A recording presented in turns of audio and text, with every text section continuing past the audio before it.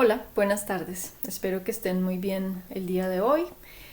Vamos a conversar un ratito, les voy a charlar un ratito sobre la teogonía de Siodo. Voy a hacer algunas consideraciones preliminares antes y luego entramos de lleno pues en el texto. Yo voy a estar usando la traducción de Alianza, pero pues ya que compartimos ediciones que tienen paginación marginal, que es la que enumera las líneas en el costado, digamos que Ustedes vieron que su edición también tiene pues líneas al margen, y esa es la paginación, digamos, que llamamos marginal, y la que nos permite ubicarnos en diferentes traducciones y diferentes ediciones. Bien, lo primero que quiero que señalar tiene que ver con por qué estudiar a Hesiodo en un curso de introducción a la filosofía antigua. Digamos que una de las cosas aquí más interesantes tiene que ver con que estamos enfrentadas a la pregunta por los orígenes de la filosofía, ¿no? ¿De dónde viene la tradición filosófica de la que hacemos parte o de la que quieren hacer parte o se pronuncian como haciendo parte las academias, por ejemplo, contemporáneas, las academias y las universidades de filosofía en Colombia? Vienen justamente de esa tradición de la antigua Grecia que inicia justamente con estos autores. O mejor dicho, que nos estamos preguntando cuándo inicia y de qué manera. Entonces, digamos que por supuesto que la pregunta es por qué empezar por acá. Y habría otras muchas posibilidades para empezar. Ahí yo quisiera comentarles en primer lugar pues que esta relación entre la tradición de lo que se llama, digamos, lo que se llama la tradición de los poetas y los primeros filósofos, ahí hay unas tensiones importantes, que es a las que vamos a discutir al inicio de nuestra clase, y por eso la lectura de la siguiente semana es justamente Seller, que es como una versión muy clásica sobre ese encuentro, cómo los filósofos empiezan a producir una imagen de sí mismos como distintos de los poetas, como haciendo algo distinto de lo que hacen los poetas. Pero como la filosofía es algo que emerge, que surge ahí en ese contexto, una de las posibles orígenes es ese de la antigua Grecia. Entonces queremos ver un poco cuál es ese contexto en el cual empiezan a aparecer unas personas que se inscriben progresivamente en una tradición de personas que se van a autodenominar filósofas. Si bien al principio no, como vamos a ir viendo, bueno, eso tiene como sus complejidades. Y dentro de esto, digamos que la pregunta por el origen también tiene un componente importante de historia, de antepasados, de linajes de la filosofía, y también nos interesa ver un poco cuál es entonces esa relación entre la poesía y la filosofía, o entre la tradición de los poetas. Por eso dentro de digamos que cuando uno se pregunta, bueno, ¿en calidad de qué nos vamos a aproximar al texto de Hesíodo?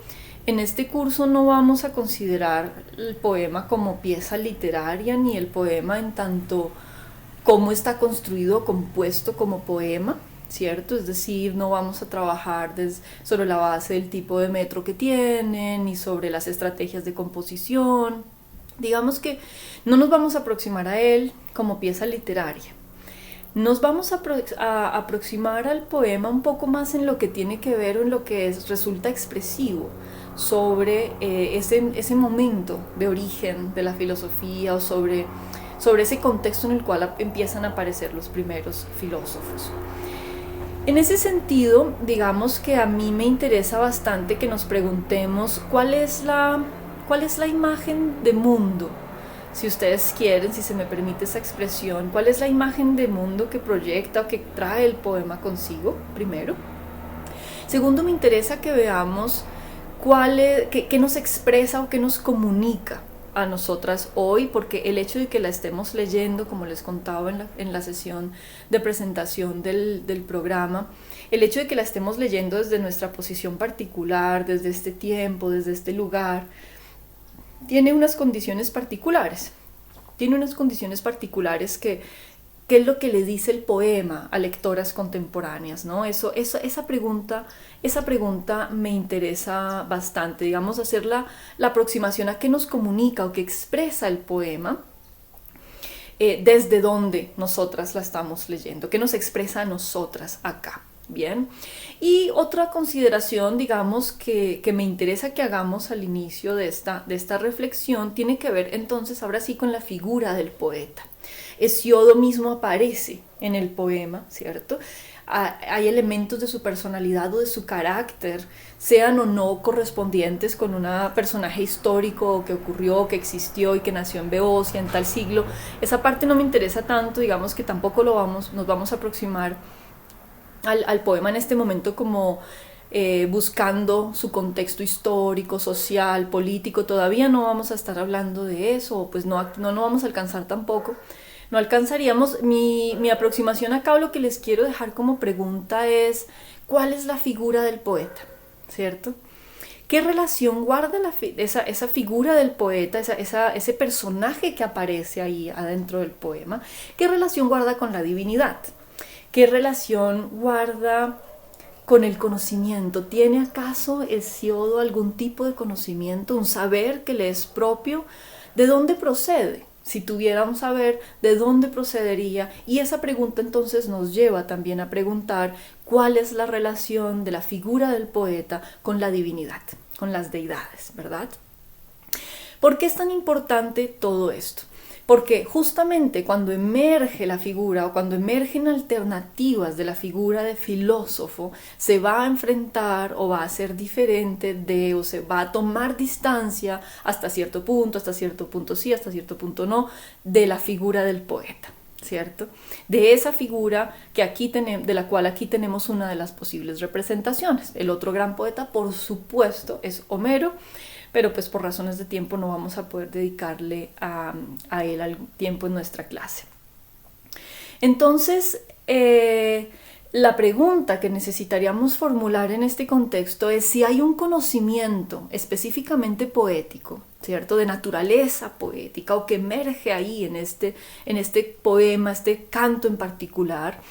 Porque ustedes saben que la poesía en estos momentos está muy cercana al canto, muy cercana a la oralidad, ¿verdad? Si hay un conocimiento, un saber propiamente poético, ¿cómo accedemos a él? ¿Cómo accede Hesíodo a él? ¿Quiénes pueden acceder a ese conocimiento y de qué manera? ¿Cierto? Esas son las preguntas que me gustaría plantear o dejar planteadas de forma preliminar, para que ustedes les den un poquito de cabeza, les echen cabeza, piensen un poquito cómo se figura el poeta aquí, con estas particularidades en relación con el conocimiento, ¿no? ¿Cuál es su conocimiento? ¿Cómo puede tener acceso a él? Etcétera. Esas, digamos que... perdón, acaba de pasar un carro pesado. Esas son las preguntas que me gustaría que ustedes tengan en mente al aproximarnos, que tengan en cuenta que nuestro enfoque o nuestra perspectiva de aproximación al texto es esta que les acabo de decir. Tiene que ver con los orígenes de la filosofía, con la imagen de mundo o con aquello que nos comunica a nosotras aquí y ahora, y tiene que ver con cómo se figura el poeta y el conocimiento o el tipo de conocimiento que tiene o al que accede y el modo en el que puede acceder a él. Yo no les voy a responder esas preguntas porque, como les decía, justamente la clase se trata de generar y formular preguntas y que ustedes empiecen a aproximar a respuestas. Igual yo les estaré contando cuál es mi perspectiva sobre ellas a medida que va avanzando un poco el tiempo, ¿no? Y que nos vamos conociendo y vamos conversando. Bien, ahora hablemos del poema. Habiendo planteado esas preguntas, vamos a hablar del poema y al final de la sesión de pronto retomamos algunas de las preguntas, vemos que hemos logrado avanzar y de todas maneras a mí me gustaría escucharlas en los comentarios, sobre todo a partir de estas tres preguntas. Me gustaría que ahí mismo en el mismo video ustedes pongan algunas nociones, algunas hipótesis de caracterización de la imagen del poeta, de la figura del poeta y de estos comentarios que les acabo de hacer. Avancemos un poquito y hablemos del poema. Bien, Lo primero es que me gustaría plantear un poco, muy vinculado a las preguntas que les acabo de formular, pues el estatuto epistémico del poema. Estas son preguntas muy contemporáneas. Justamente es después, con algunas herramientas que los primeros filósofos y luego los filósofos digamos, del siglo de oro en Grecia van a formular.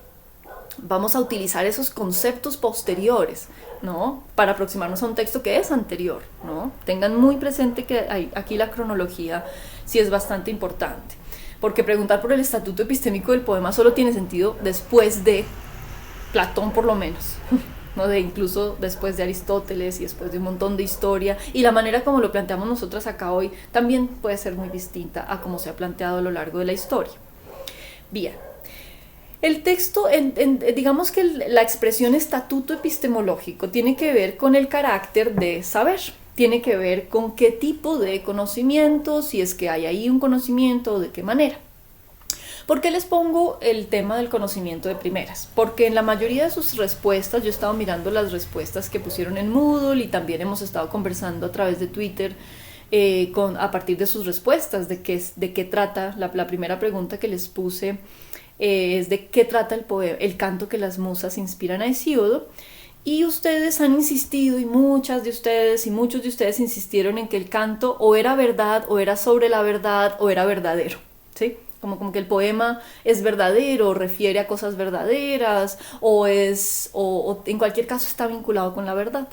Y me llamó mucho la atención que hubiera dejado como tanta impresión ese concepto en ustedes, cuando se menciona muy, muy, muy poquitico en el poema.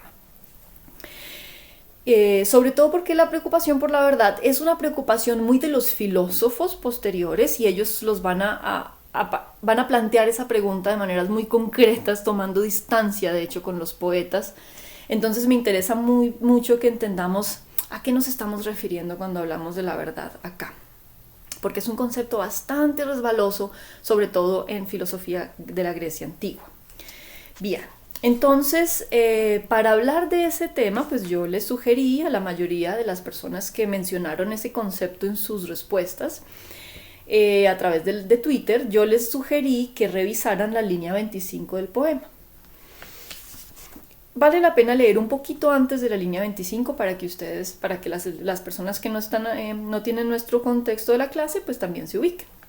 Entonces voy a leer un poco como desde la línea 20.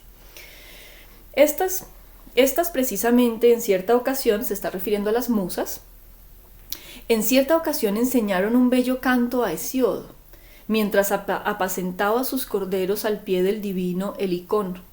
He aquí las palabras que en primer lugar me dijeron las diosas, las musas olímpicas, hijas de Zeus, portador de la égida. Y acá cita, ¿no? Aquí hay un cambio, fíjense que está indicando que esto fue lo que le dijeron ellas. Es decir, le está dando la voz a las musas. Pastores rústicos, oprobiosos seres, solo estómagos. Sabemos decir muchas mentiras semejantes a verdades, pero sabemos, cuando lo deseamos, cantar verdades.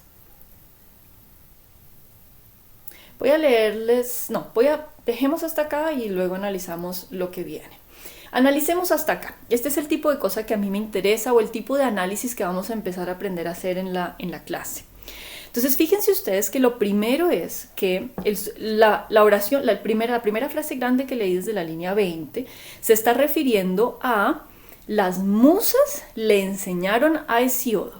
Y en ese momento Hesíodo, que ya nos dice en una línea más adelante que es la primera persona singular que escribe esto, al parecer, o que se atribuye esto, que emerge como una primera persona, es Hesíodo primero, y al principio se refiere a sí mismo en tercera persona, ¿cierto? Entonces, las musas le enseñaron a Hesíodo algo. No, ¿qué le enseñaron? Un bello canto, ¿cierto?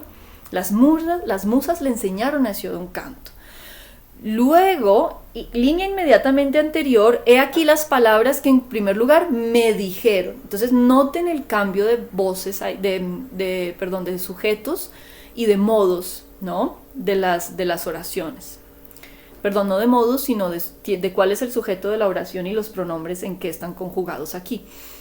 o qué papel están desempeñando en la oración. Entonces, primero está en tercera persona, las musas le enseñaron a Hesiodo, luego pasa a hablar él en primera persona, lo que me dijeron a mí, ¿cierto? Las musas olímpicas. Entonces, fíjense que lo primero que sabemos del poema es que este poema se lo dieron las musas, ¿cierto? Este poema no se lo inventó Hesiodo, no es un invento de él. No es algo que Hesiodo esté diciendo él por sí mismo, porque le provocó, o por cualquier razón que se nos ocurra. No, las musas le enseñaron este canto, le dijeron a él, ¿cierto? Y eso es muy importante pensando en las preguntas que les acabo de hacer en términos de la figura del poeta, de cuál es la relación que él tiene con eso que parece saber, qué es lo que sabe Hesiodo si supiera algo. Bien, entonces fíjense que ahí hay una mediación, ¿no? En realidad las que saben o las que tienen algo que transmitir son las musas, ¿cierto? Parece que son las musas. Bien. ¿Y qué es lo que le dicen las musas en primer lugar a Hesiod, ¿no? ¿Qué fue lo que en primer lugar les dijeron? Lo primero que le dicen las musas a Hesíodo es: pastores rústicos, oprobiosos seres, solo estómagos, sabemos decir muchas mentiras semejantes a verdades, pero sabemos cuando lo deseamos cantar verdades.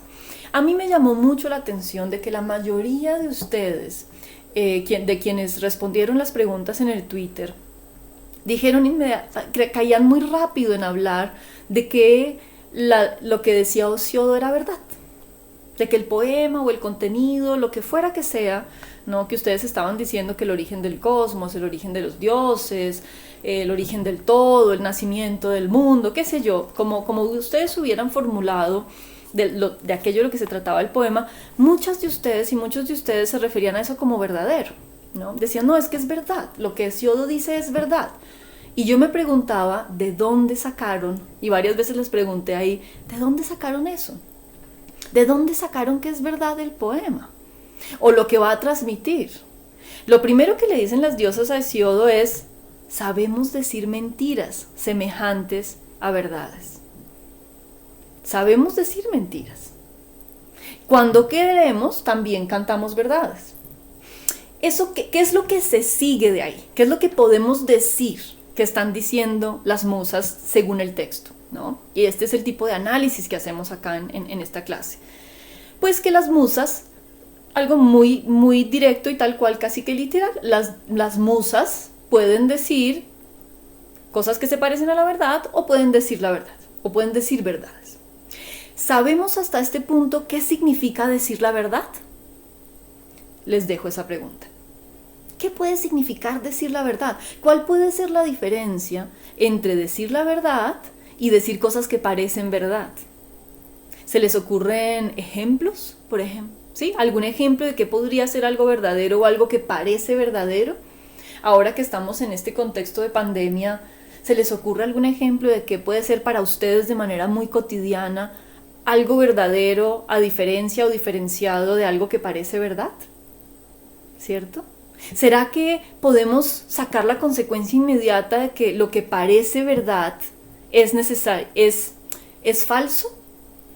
Es decir, que todas las cosas que son semejantes a verdades, pero que, y aquí dice, mentiras semejantes a verdades, necesariamente son falsedades, ¿qué es?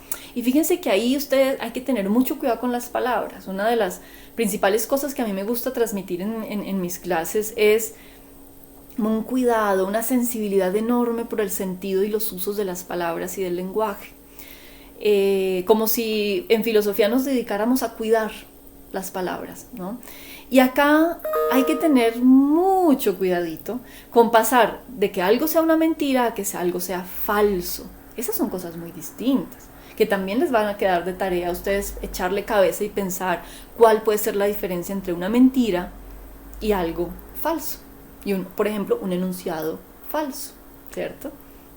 Van a echarle cabeza a eso durante estos días y me cuentan en los comentarios cómo lo ven ustedes.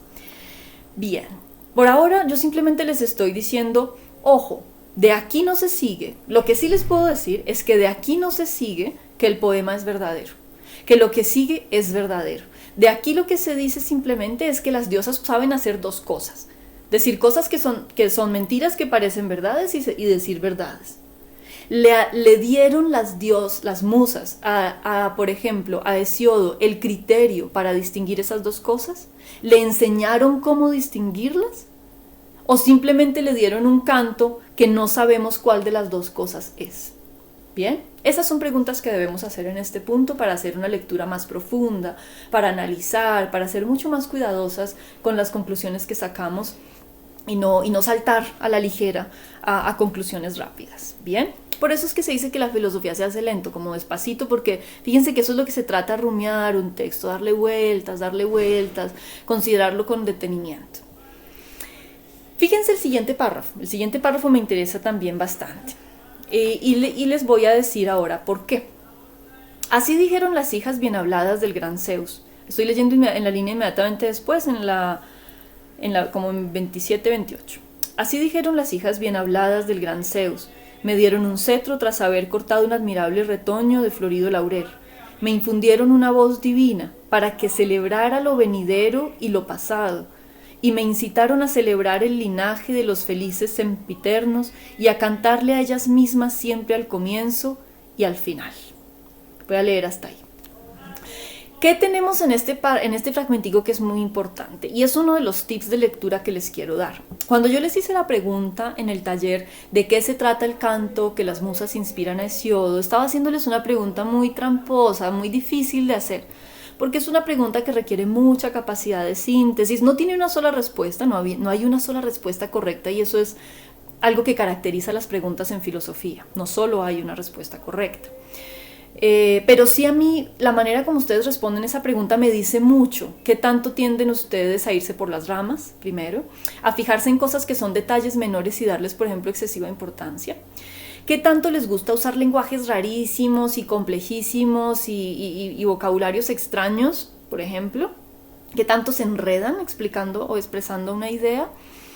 ¿Y qué tanta capacidad de síntesis tienen como para... primero, abarcar todo el poema, porque se trataba de todo el poema, todo el canto, ¿de qué trata? ¿Cierto? Y es pues un montón, pues no es tan largo, pero pues es suficientemente largo. Y además de la capacidad de síntesis, también me interesaba notar si eran capaces de extraer sus respuestas del texto o si iban a darme fórmulas como lugares comunes o cosas así como poco vinculadas con el texto que encontraron por ahí en un blog o en internet. Me interesaba mucho qué tipo de fórmulas usaban para responder, etc. Y en este caso, me interesa muchísimo que sean capaces de detectar cuáles son los pasajes del texto que les sirven para responder las preguntas que yo les hago. Porque esa es una manera muy frecuente de proceder en filosofía. Normalmente ustedes van a aprender una suerte de técnica. Yo sé, a veces pronto hay personas que se ofenden si uno dice que la filosofía es una técnica. La filosofía contemporáneamente tiene mucho de técnica.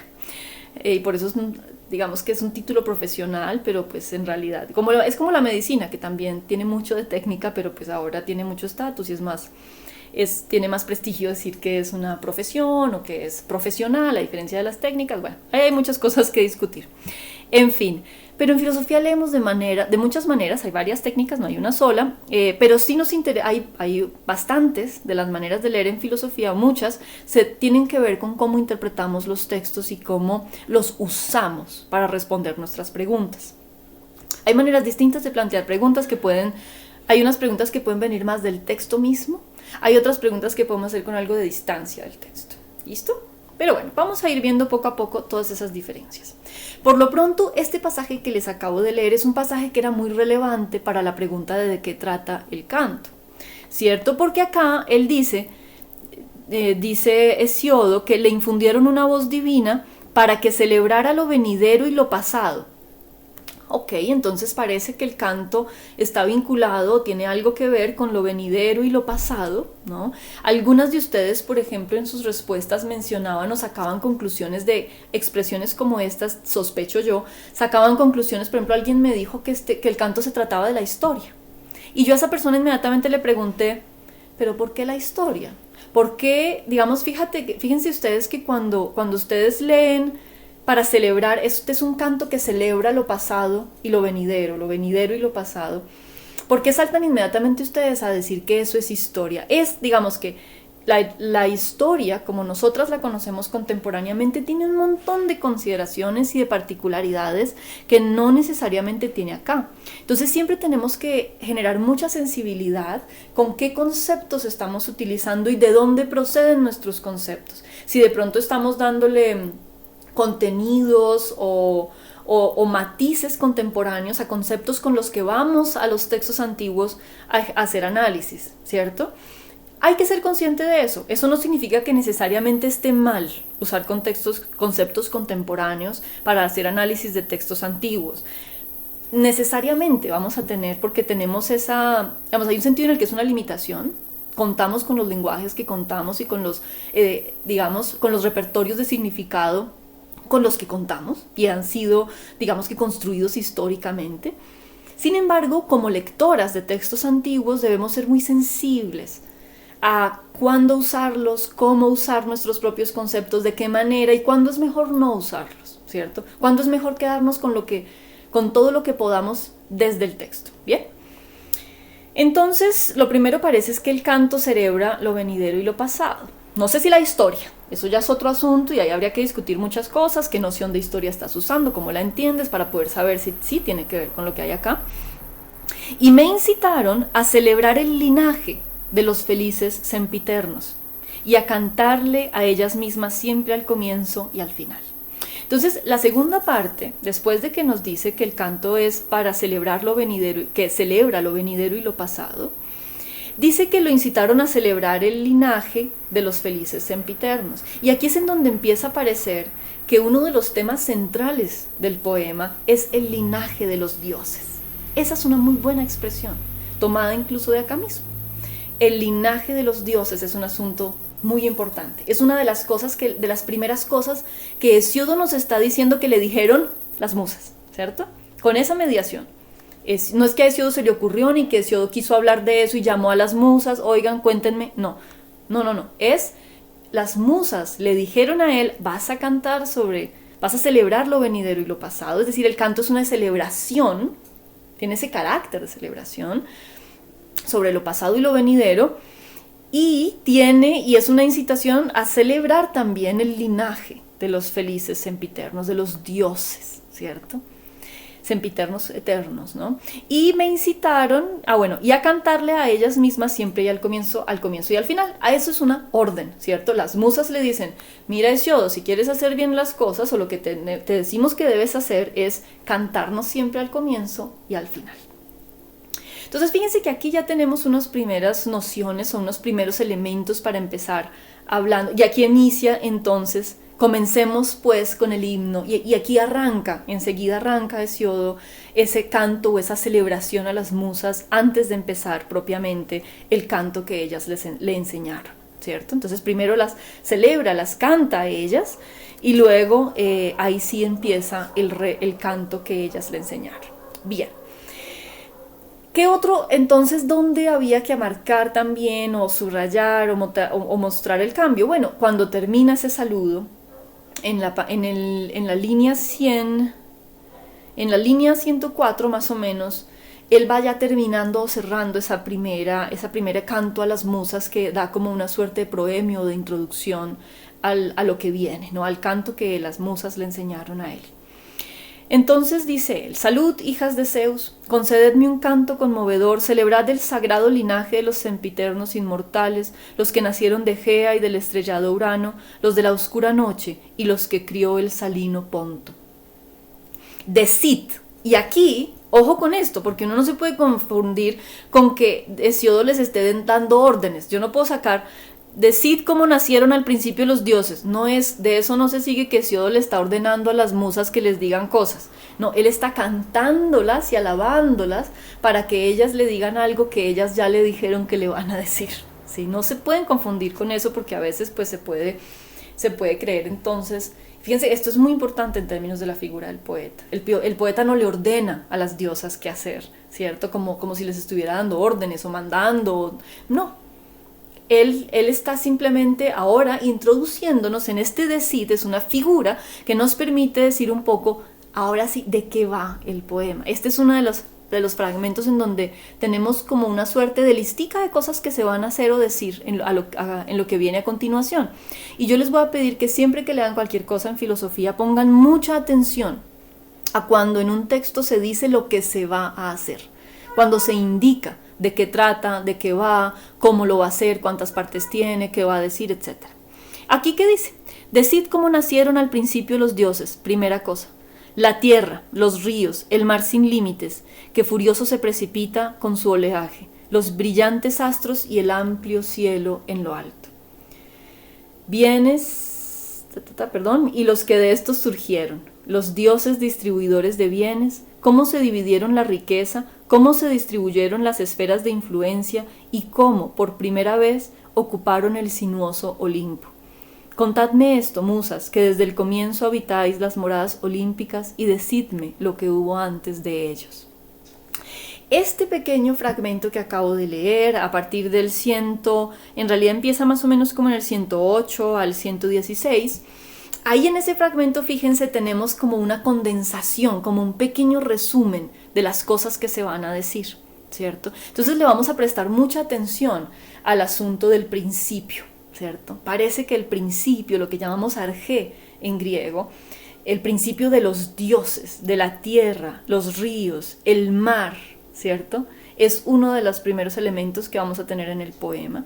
Y luego de los que de ellos nacieron, los que nacieron de ellos del principio, y luego los dioses distribuidores de bienes, y luego vamos a hablar de riquezas, de cómo se distribuyeron las riquezas, y las esferas de influencia, y cómo se ocupó, se pobló el lugar que habitan los dioses, que es el Olimpo.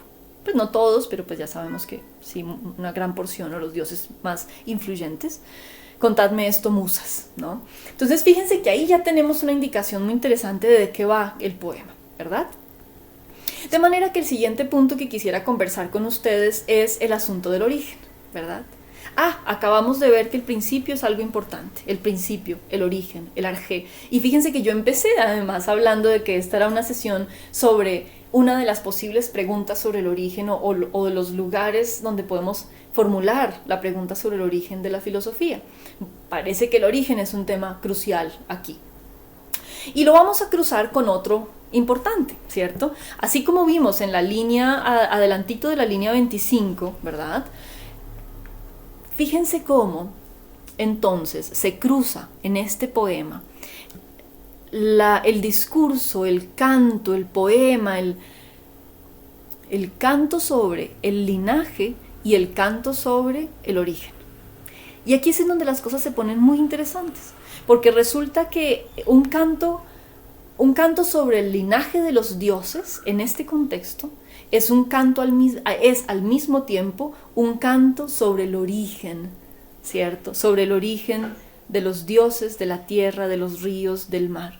Pareciera que el origen de los dioses es al mismo tiempo el origen de las cosas tales y como las conocemos en nuestra experiencia terrícola, ¿cierto? En nuestra experiencia de la tierra, de los ríos, de los mares, ¿no?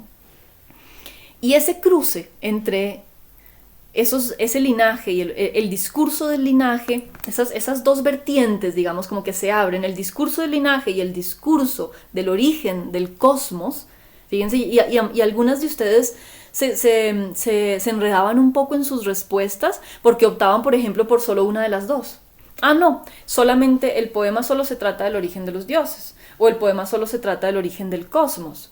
Y una cosa a las que estamos llegando acá es que parece que tiene que ver con los dos, o mejor, con el cruce de esos dos componentes, con el hecho de que cuando yo relato el origen o el linaje de los dioses, relato el origen del cosmos, ¿verdad? Ahí hay una confluencia que resulta muy interesante. Y cuando hacemos esa coincidencia entre esos dos, empiezan a aparecer otros elementos sobre los cuales debemos discurrir o conversar o analizar. Yo voy a formularlo en términos en tres, ¿no? Que es el poder o el gobierno, ¿no? El poder y el gobierno. Bueno, realmente el poder y el gobierno, porque son un poquito distintos, y la reproducción. Porque resulta que cuando hablamos de linajes, lo que estamos pensando es en la historia familiar, en la historia. Un linaje es una historia familiar, o un linaje es una historia de maternidades y paternidades, de padres y madres, de ancestrías, de abuelos, de abuelas, de bisabuelos, ¿cierto? Estamos hablando de relaciones familiares, vinculadas todas ellas por la reproducción, ¿sí? Entonces parece que en este relato genésico, en este relato del origen, que es al mismo tiempo el relato del linaje, ¿no? El origen del cosmos, que es al mismo tiempo el linaje de los dioses, es un relato sobre diferentes escenas, sobre momentos, diferentes momentos reproductivos. Parece que es un relato de sexo. De hecho, parece que el poema se trata bastante del sexo, de sexo. Seres que se aparean entre ellos o no entre ellos. Porque parece que al nivel del tema de la reproducción, digamos acá, como aparece, tenemos a veces maternidades, madres solas, madres que engendran ellas solas. Ustedes me pueden dar algunos ejemplos de esos. Por ejemplo, les voy a pedir en los comentarios de pronto algunos ejemplos de esas, de madres que engendran solas, padres que engendran solos, y muchas maneras de engendrar solos, ¿cierto? Desde que por ahí miembros, aparatos reproductores, como dice acá, se me olvidó la expresión que utilizan para hablar de creo que fue los testículos lo que le cortaron, el aparato reproductor cortado, masculino cortado por ahí, ¿cierto? Que produce hijos. Entonces a veces hay madres que engendran solas, padres que engendran solos, o uniones, ¿cierto?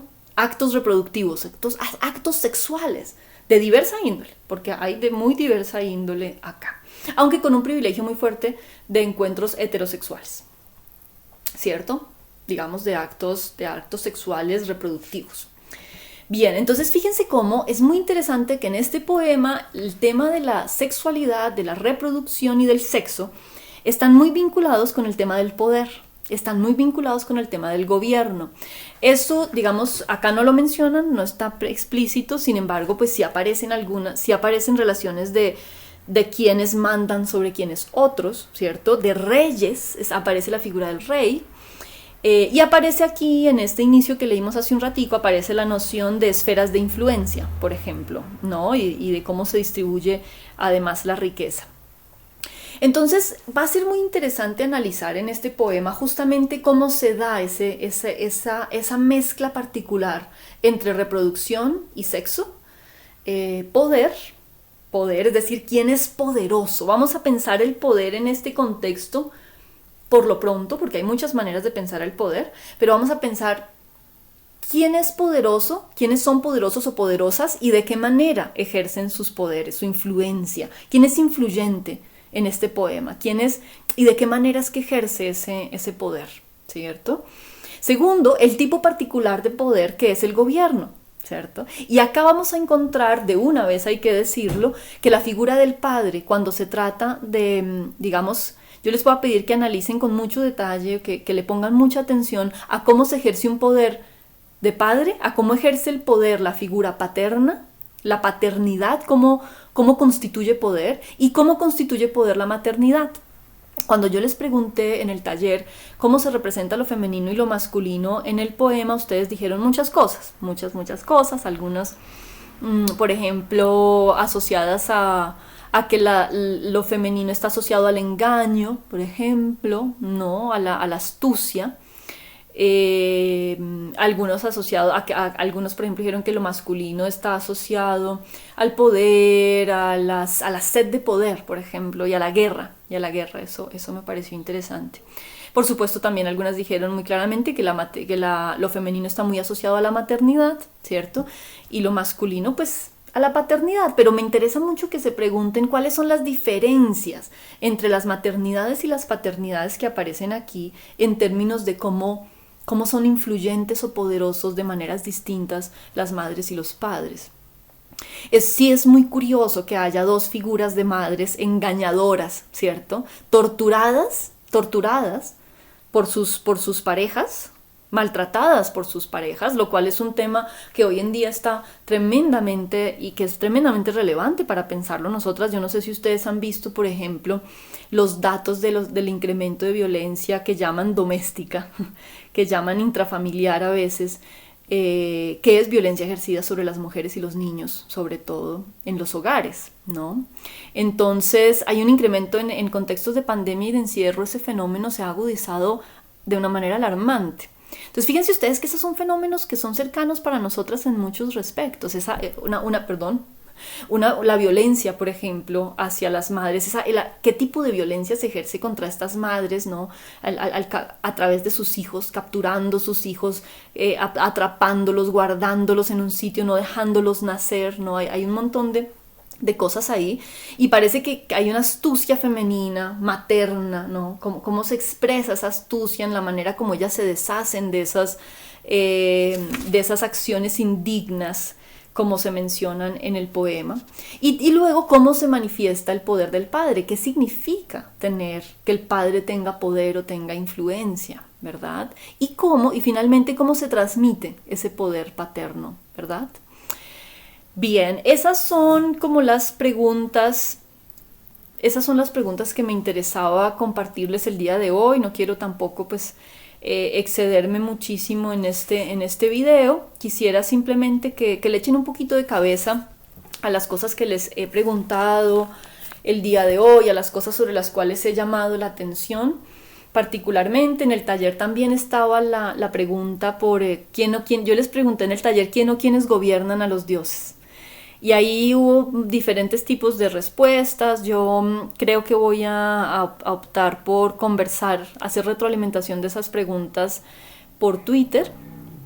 Entonces ahí les estaré contando un poquito cómo lo vamos a hacer, porque sí me interesa muchísimo que generen esos vínculos que les acabo de decir entre la reproducción, el poder, el dominio o el gobierno, de qué manera son, entre quiénes. Hay personas, por ejemplo, que dieron muy claramente como unas generaciones, ¿cierto? Que se pensaron en términos de las generaciones que relata el poema, de la pregunta del gobierno de los dioses, ¿no? Que me pareció una de las aproximaciones más interesantes de las que vi en el poema, en sus talleres. Pues muchísimas gracias por asistir, por escuchar. Espero sus preguntas, sus comentarios aquí mismo en la sección de comentarios, y estaremos conversando para seguir avanzando. En la próxima ocasión estaremos conversando sobre Celer, y si es el caso y si vemos que necesitamos más diálogo, por lo que yo aquí estoy hablando un poco sola, pues volvemos a hacer un espacio por acá para seguir conversando. ¿Listo? Les deseo un feliz día. Que descansen pronto, que estén muy bien, espero que se cuiden mucho, que coman bien, duerman bien, procuren cuidarse, sobre todo en un momento tan difícil como este de la pandemia. Procuren cuidar mucho lo más vital y lo más básico de la vida, ¿no? Comer, dormir, descansar también es importante. Bueno, eso sería todo, que estén muy bien. Hasta luego.